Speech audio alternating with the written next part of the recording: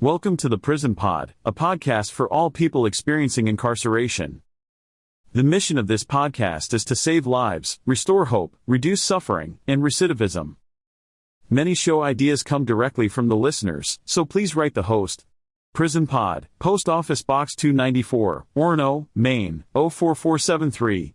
Here is your host, Ms. Valerie. Well, hello, and thank you for letting me join you again on the Prison Pod. Today we have a guest. Antwan Carter is joining us, I think from Boston, but I'm not sure. Correct. I know a little bit about Antwan, that he is a poet, a spoken word artist, an author, a magician, a prison reform activist, and an entrepreneur. And I was going to start by telling you a little bit about his life story, but I want to hear it from him. So I'm going to give you the mic.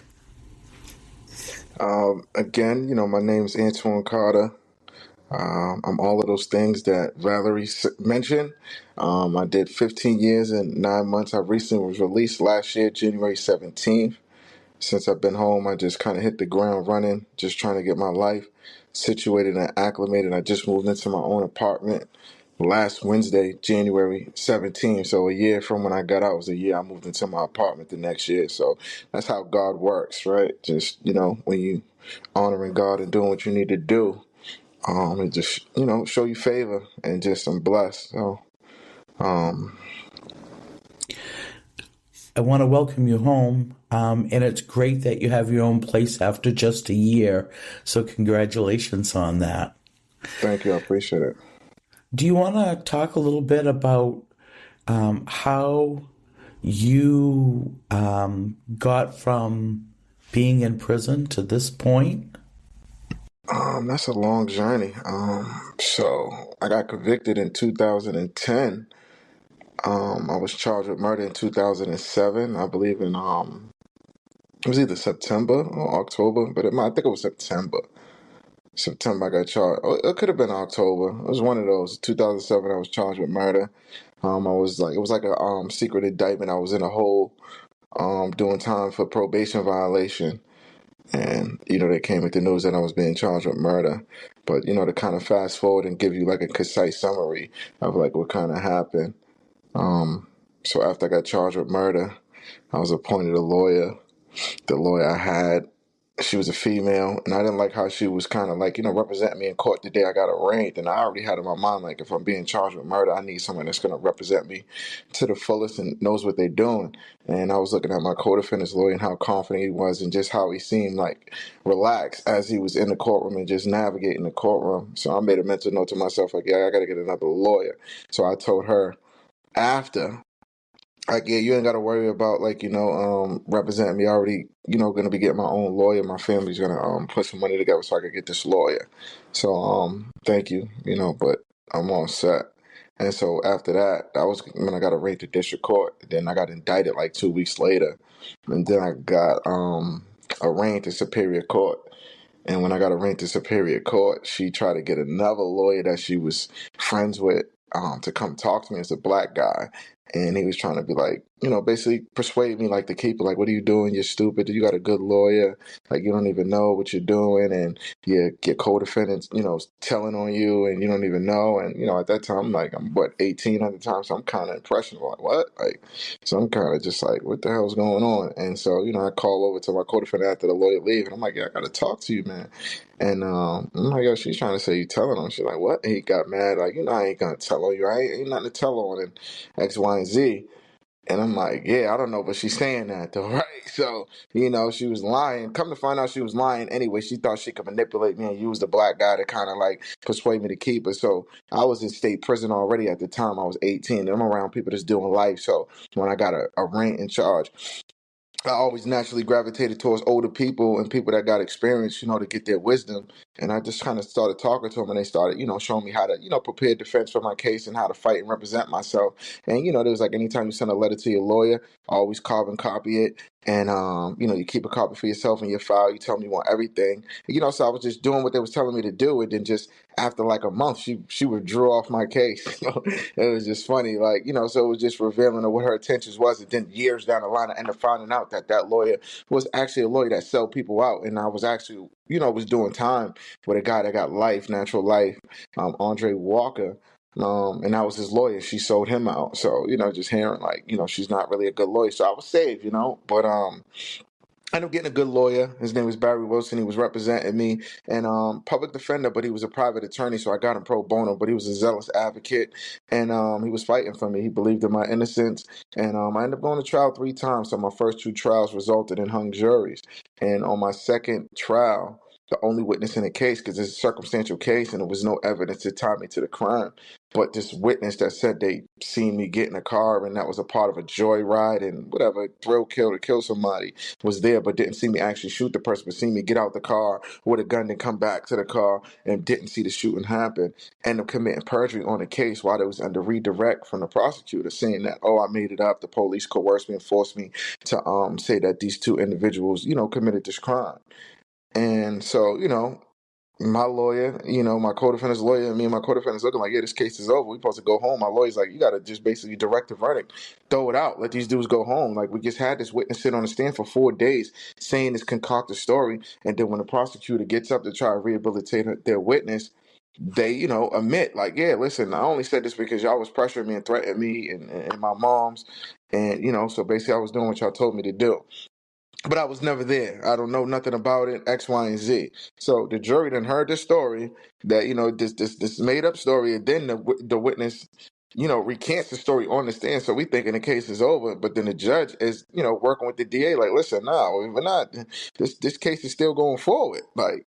And so it became a big thing. My lawyer's like, listen, you can't keep this witness on the stand. They have rights. You got to get this person a lawyer. So they end up locking the witness up, holding them in the back of the courtroom, and basically was like trying to pressure the witness to go back to the original story.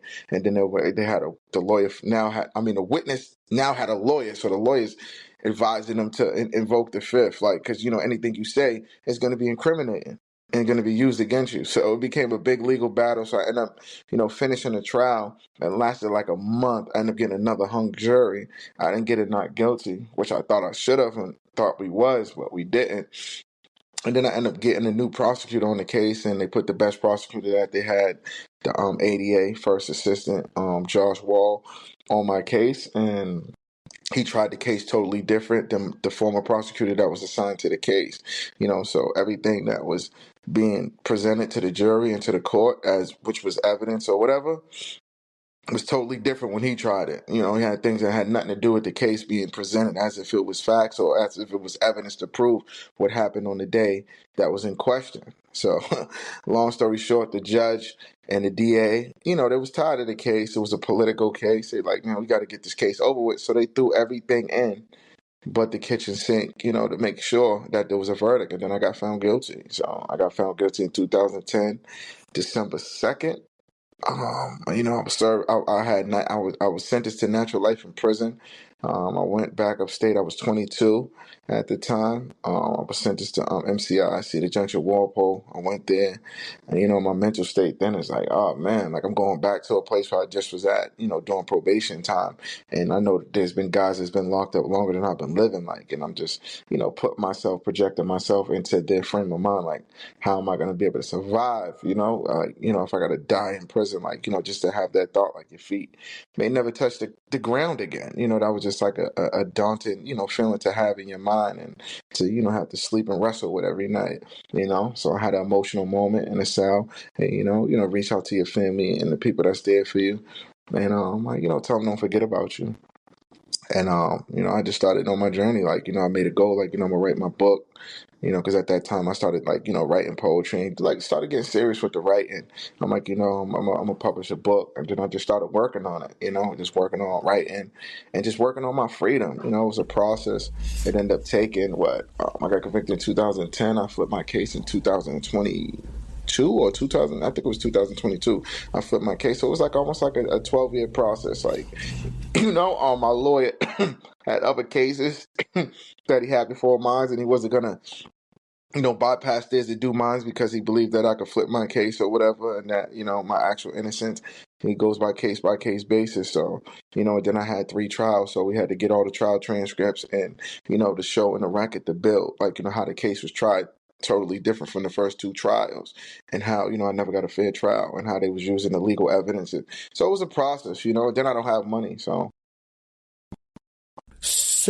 did they end up overturning the decision? Yeah, I would never be out if they didn't overturn. I would be dying in prison. So I had life in prison. I was supposed to never get out.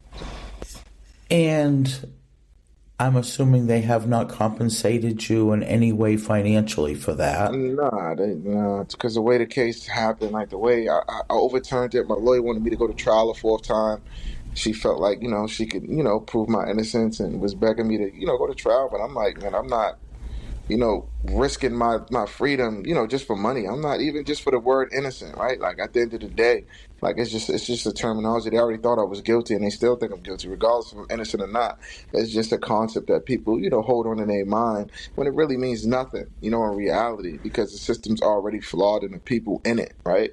So I just was like ensuring I'm going home, because I didn't want to roll the dice, and then, I get another corrupt judge that's working with the DA, and I get some jurors that's not from my, my background, and, I get found guilty again, and then I got to go back, and then I got to wait another 12 years to try to flip it again. Nah, I kill myself. I'm not doing that. I'm going home. If I get the chance to go, I'm going home today. I'm not playing with my life. So I get money on my own. So to ensure that I go home, I'm going home. Like, so that's what it was for me. I could live with that decision. So I would have never been able to live with the decision of put my hands in the jury and put my hand in the judge's life and in the court's life. So I did what I felt was best, strategic, to make sure I went home. So, well, and here you are. Yeah. On your books, did you publish your books while you were inside, or? Yeah. So, yep, I published your 3 first of them. 3. Yeah.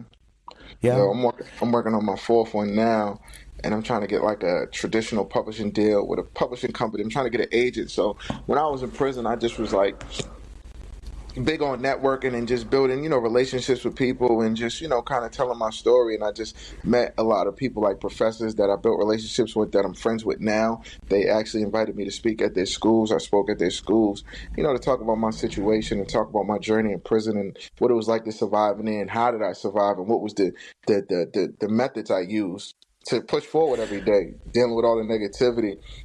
And then I got a few other people, like prominent lawyers that, I built relationships with to this day. And one of them, he's actually, he's famous. Basically, he went to Harvard. He's well off. He writes for the GQ. He's a columnist. He writes for WGBH News. He's an author. So so he's trying to use his, his influence, and, he believes in my writing. He believes in my story, and he's trying to get me a publisher deal. He tried to get a few things that I have written, kind of like a segue into my book. I wrote this article called The Stark Reality of Prison. I wrote it. It's on my website. And it's kind of like a preview, right? Like to give you what's the glimpse to come, like when you read my book, The Diary of a Prisoner, like what actually goes on in prison. So a lot of people have a misconception of what, goes on in prison, and that rehabilitation is actually happening in prison when it's not. Trauma is being induced in there. Crime is being committed on actual human beings every day as we speak. So I just kind of felt like, shedding that awareness, you have people that you entrust from the public, that's so-called citizens, that's doing more harm than they are doing good. And then they wonder why people come home, do these heinous crimes, like hurt people. So if you're hurting people, people come home hurt, and they have this negative, self-distortion image of themselves, and they feel like they can never be nothing in life, or, society doesn't care, whether or not they, actually be contributing members of society. They do, what they feel, that's destructive. They don't, you get what I'm saying? Like, this is what goes on. They wonder why crime is happening the way it's happening. Oh, it's a sense of crime. So, well, that's why I do this program, is because, as you may be aware, this goes into the prisons on the tablets. And I really like to be able to have these conversations so that people that are inside can see that there is hope, because so many people lose hope and they think, well, I can't do anything from in here. But you're the only one who can do something. You can't wait around for someone else to do that for you. It don't start with the lawyer. It don't start with nobody else but you, right? You gotta Socrates said an unexamined life is not worth living. So you have to examine your life and you have to figure out what got you in the situation that you're in and how do you get out of it. A man becomes what he allows to dominate his mind. That's what Napoleon Hill said. The classic Hallmark book, Think and Grow Rich. So, you're a product of your thoughts. So if you think you ain't never going to be nothing, it becomes a self-fulfilling prophecy. So, but if you think you're going to get out and you believe you could get out, you're going to get out. All it says is in the Bible, all you need is a mustard seed of faith and you can move mountains. So if you believe, it works wonders. So, and just how God works, like, for me, I had $100,000 lawyer for free, the best lawyer in Massachusetts that does murder cases and stuff like that, and get people exonerated and get the money, for wrongful convictions. Rosemary Scapiccio, like, she's the prominent lawyer. She's like one of the top, 50 lawyers in the country, but in Mass, she's one of the top lawyers. And she's been winning murder cases for years. And she just won actually a Hallmark case in Massachusetts, like, so that they up the age for the juveniles, like, so it's up to 20 years old.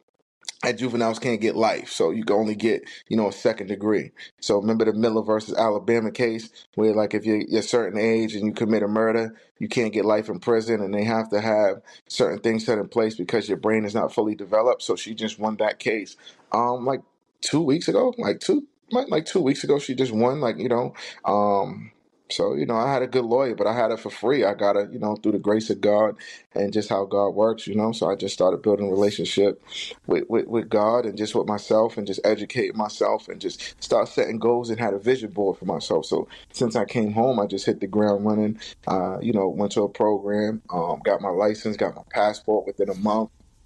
Just everything I need to do. Got a credit card, got me a car.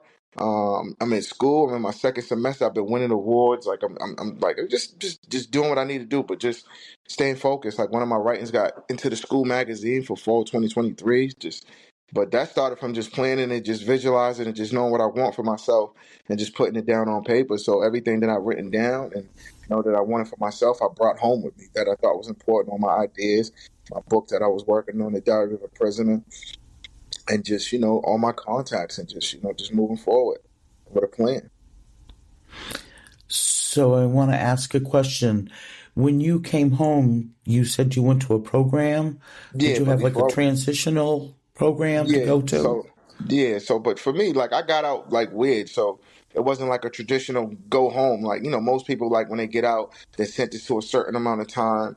And, they have like resources afforded to them. Like, well, let's do the system. Like, all right, yeah, you're going to go ahead, boom, you got like a reentry program. I didn't have that. I went home straight from the courthouse.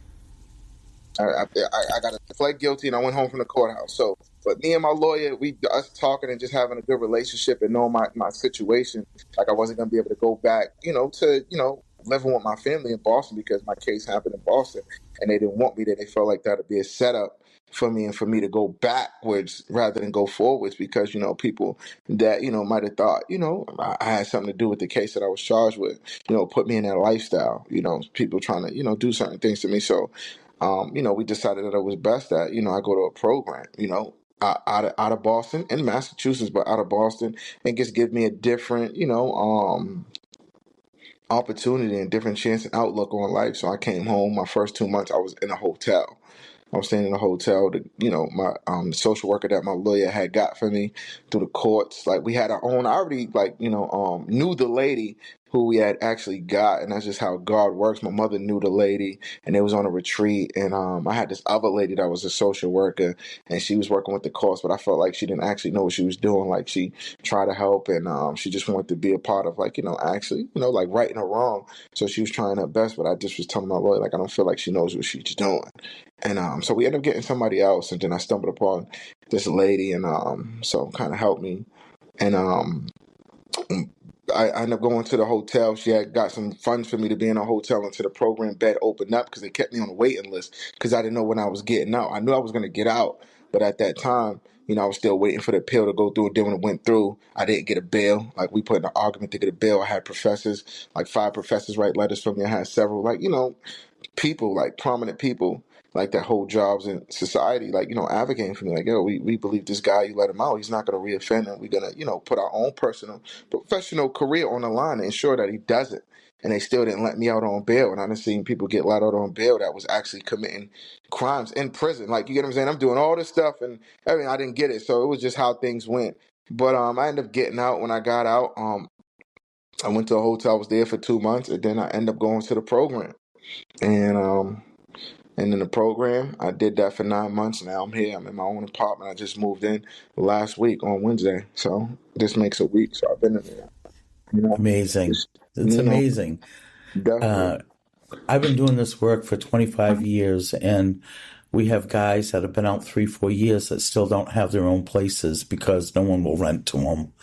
So you've been, Yeah. I'm really glad to hear you've been so successful and things are going so well for you. What are you doing for work? Or are you Um, just going to school full Uh, time? so I'm a full-time student, but I work on campus. I got to actually meet with my boss at 12 o'clock. So, to figure out, I think it's, to figure out my schedule because I told her the days I could work. But I'm actually, when I was at the program, I had a lot of restrictions. So I had 11 o'clock curfew. I couldn't really work like that. Like you got groups you got to do and certain things that wasn't really applicable to me that was benefiting me. For the people that was there, like, because it was a dual diagnosis program, like, it might have benefited them, but in the long run, you need to, like, teach people tools so they could be successful in life, not just sitting around. Because it's all about money. It's about funding. So, we need you to sit in these groups. These groups ain't going to help me survive and teach me how to survive out here and make a living for myself and how to save money and how to get an apartment and how to, advocate for myself and get the things I need to be functional in the real world. The group wasn't doing that. Like the program wasn't doing that. So, it was good for me, like in certain aspects, and in certain aspects it wasn't. Like it, hindered me from actually being able to work full time. Like I had a few jobs since I came home, but I had other restrictions, so I couldn't be full time. But it was still good though because it gave me the ability after doing all that time in prison. I went in as a teenager, like I never had to live on my own. It gave me the ability to have a safety net. So if I do fall, I had somewhere to lay my head, right, and just kind of figure things out, and take it one day at a time, and not really try to bite off more than I could chew. I Because want the to go life is, back to, oh, nah, because when you get out, like it's overwhelming. Like I was overly stimulated with information. Like when you're in prison, you're in a controlled environment. So like everything is just small and like like you could predict what's going on in the world. So many things is coming at you. It was just like it was overwhelming for me when I first came home. Going to restaurants and being around people, like I couldn't even really eat like that. I'm just taking in everything, all the colors, the people moving around, and just everything's different. And how you socialize now is different than how I was accustomed to when I was locked up, before I got locked up. and that sensory overload is one thing that I address to families. Moms have got their sons coming home and they've completely cleaned the house and they have the scented candles going and they're cooking food and the guy comes home and he says, "Oh, I got a migraine," because of all the scents. They're not used to the scents. So those are little things that I always mention to moms, well, I know you want the house spotless, but remember that they've had a certain smell that they've smelt for 15 or 20 years. And sometimes that's over, in colors. Same thing, bright colors. I want to go back for a second. You mentioned faith. Did you have a faith base before you went in? I did, but I lost my faith. I had grew up as in a family that was my grandmother. I was raised by my great grandmother. She was spiritual, religious. Used to force us to go to church, Sunday school. I was a part of like the choir as a kid. But as you get older, like I didn't have a mother and father like present in my life like that. Like they was running around in the streets. My father was a drug dealer. My mother was selling drugs with him and stuff like that. So I grew up kind of angry, and I lost my my faith in a sense. It was always there, but I lost it, and I stopped calling on God, like whatever. And then I went through a series of events in my life that led me into prison, and then every time I used to call my grandmother. She's like, "Oh, keep the faith, keep the faith." I'm like, "Man, I'm in hell. Keep the faith, man." And he's like, "This lady's crazy, right?" And my grandmother had diabetes, she had arthritis, sleep apnea, she had a lot of things, right? She was older, and like I remember when she was like younger, could move around and just see the transition as she got older. She was less mobile to be able to move how she needed to move. She had to walk around with an aid to get around from point A to point B in the house.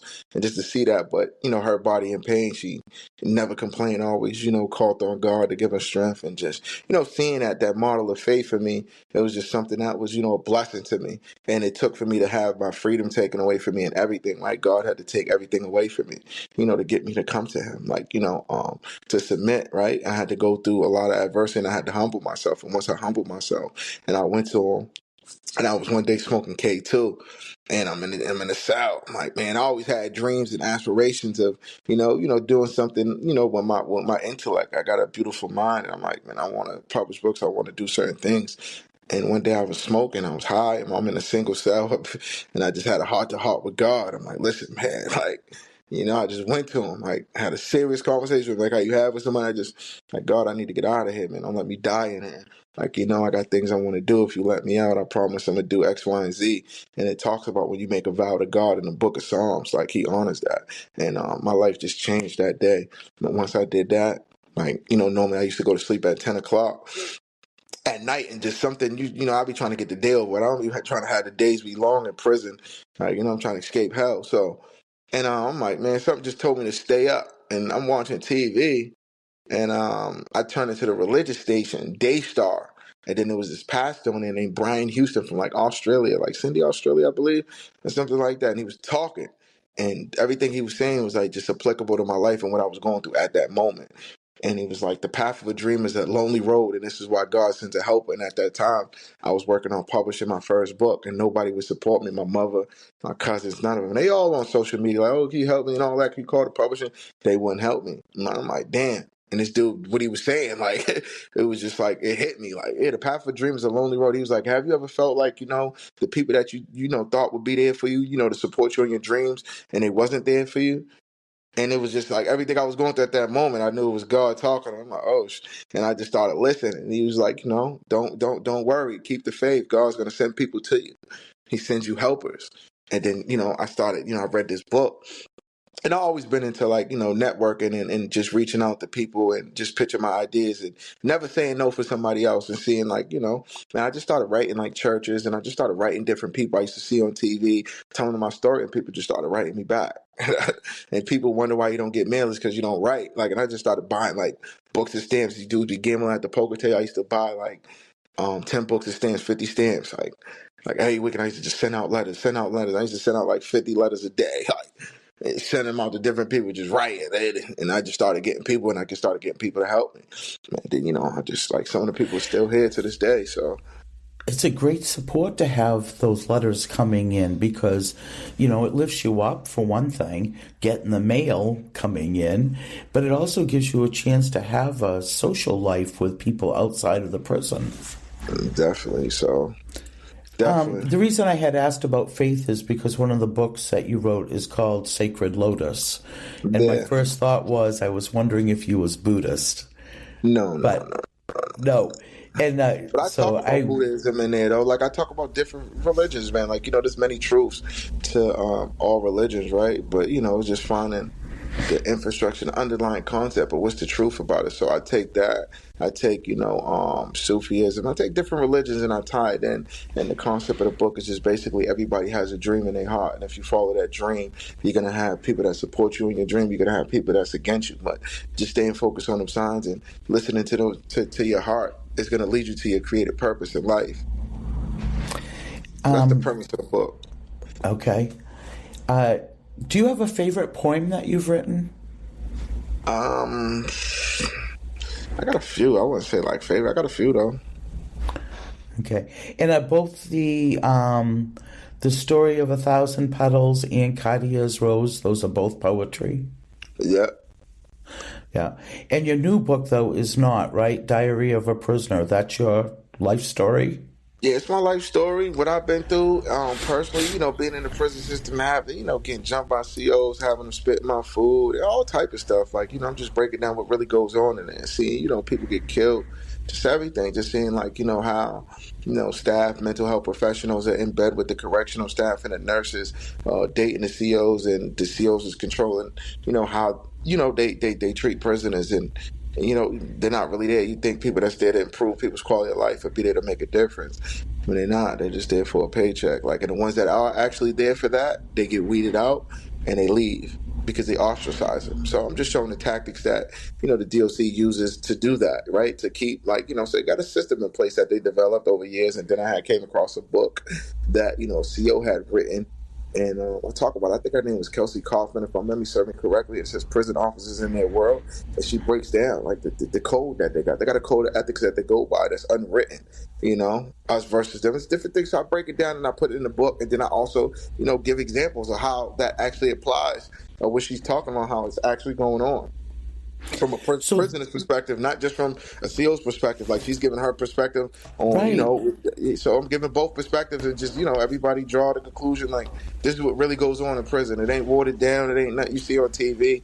This is what goes on. Like, so, you got all of these policies set in place, like a D-board process, but there's no impartiality, right? Because the people that's doing the D-board process are correctional staff. And, ain't no correctional staff going to go against their own coworkers. Exactly. Even if you got it right, then when you want the evidence to prove, like, I need the video footage, it's non-existent or whatever. But when it's anything to benefit them, they got the camera footage. But when it's something to benefit, just showing the games and the tactics that they use, man. So one-sided system. So it is. It really is. People don't realize. I mean, I was fortunate, I guess, enough to work inside various facilities, and I got to see really what was going on. And I was an advocate, so I wasn't treated great by some of the staff. They don't want you in there helping, unfortunately. But so, your new book is finished. Is that true? It's finished, but it ain't finished. Like, I got a few things that I'm trying to do with it. I'm not really in a rush. So my thing is, like, I'm just trying to, build, my name as far as, like, within the literary community. I'm trying to build attraction around my name before I release it. So it has, like, a mass movement. And it's just, like, I got certain things that I'm trying to add to it. Like, for the most part, what I done, like, my part is done. Like, so now it's just, like, I got a few other ideas that I'm incorporating in. And then I'm going to, push for it to get published. So. But I'm not really rushing like that. Are you familiar with Bleak House Publishing? No. They publish only people that are incarcerated or who have formerly been incarcerated. I'll send you some information on them. I don't know. I'll look into it. I'll look into it. Yeah, I'll look into it. Okay, so now if someone wants to find out about you, if they want you to come speak at their college or at their school, how do they get in touch with you? What's the best way to get information? My website, antwancarter.com, it has everything. Your books are available there too, right? Everything's there. Okay. Everything. Is there anything we didn't cover that you would like to, anything you'd like to say before we wrap things up, or? Just, it's hope, man. Like, at the end of the day, like, if you in there, you got life in prison and you feel like you never gonna get out, and that everybody turned their back on you, you ain't got nobody to talk to, there's hope. But it starts with yourself. You have to just reprogram your mind. And, as cliche and as corny as it sounds, if you give your life to God, things is gonna change and you start putting in those steps. Doors is going to open for you. Good people are going to come into your life. It's just about putting positive energy out there, and it's going to come back to you. It's going to come back to you more than you can imagine or more than you actually put in. So, I'm actually reaping the benefits now. Like, I've only been home a year, and I already got a place. I know people that's been out here for 10 years and don't got their own place. They're living with a female, couch surfing, living with their mother, like, just showing you, like, when you dedicate your life to God and positivity, anything is possible. There's no limit. That's great. Thank you so much. Again, I want to remind our listeners we've been talking with Antwan Carter today. I will have links to all of his information and his books, and we'll be plugging him on social media. You have been listening to The Prison Pod, a podcast not just for those in prison but for anyone who has been affected by incarceration. Ms. Valerie would love for you to write to her with your questions, comments, and show ideas. The address is Prison Pod, Post Office Box 294, Orono, Maine. 04473.